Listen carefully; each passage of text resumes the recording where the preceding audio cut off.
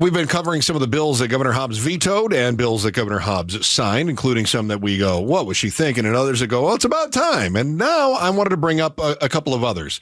First, Joe, there is a new Arizona law that the governor has signed that has prevented Santa Claus from selling you weed. Oh, thank goodness.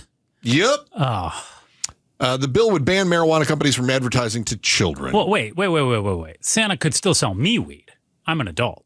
Santa can't sell somebody under the age of, is it 21 or 18? It's a maturity level. I think you're screwed. Oh. The bill was sponsored by Republican State Representative Selena Bliss and passed after undergoing significant revisions. Critics worried that the bill's initial version would unintentionally force smoke shop owners and sellers of hemp-based THC products, which are regulated differently than marijuana products, at least for now, they would be forced to seek the approval of a licensed dispenser to advertise their wares, blah, blah, blah, blah, blah. Do we really think weed companies need Santa to push their product wares onto us? I don't think we do. This harkens back to the cigarette companies. Like Joe Camel. Exactly. And when we said you can't use cartoon characters. You can't make cigarettes seem cool. Yeah, which was really a downer because the coolest people I know have lung cancer from smoking too much. Surgeon General, that whole warning is awesome. Loser.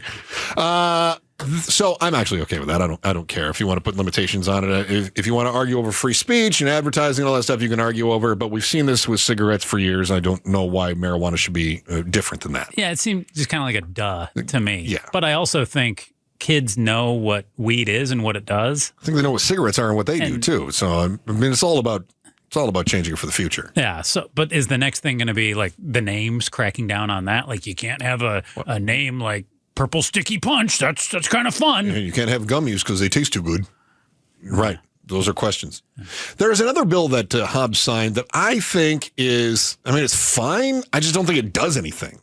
So it's a bill that requires, we've seen this happen in a number of other states, it requires identification to sign on to pornographic websites. Okay. So, good job. The thing is, though, is that how do you identify what is a pornographic website? Well, at least 30% of its content has to be illicit or, I'll know it when I see it, pornography. Mm-hmm. Okay.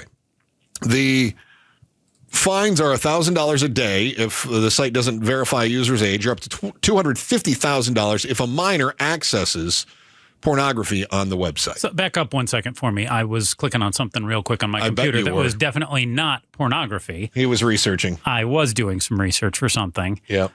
What I have to do in about 1 minute here. So what is the limitation? That didn't help, buddy. Sure it does.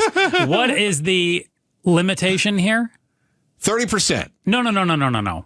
Back up. Yeah. Is age verification? Yes. So is it just clicking a box that you're saying you're of age? Pablo, how does it work? You can upload driver's license, photograph, or so it's more than just they've got facial recognition that allows for real ID. Yeah, you have to have real ID for sure. Passport, yeah, and all that stuff. No, so it's more than just hey, you're 18. They do say, however, that the sites are not allowed to resell your information for commercial purposes. They're not allowed to give it over to the government.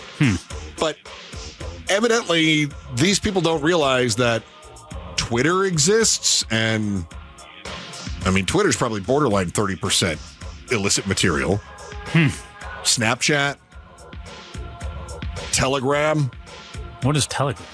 It's like a gaming thing, like Discord. Huh.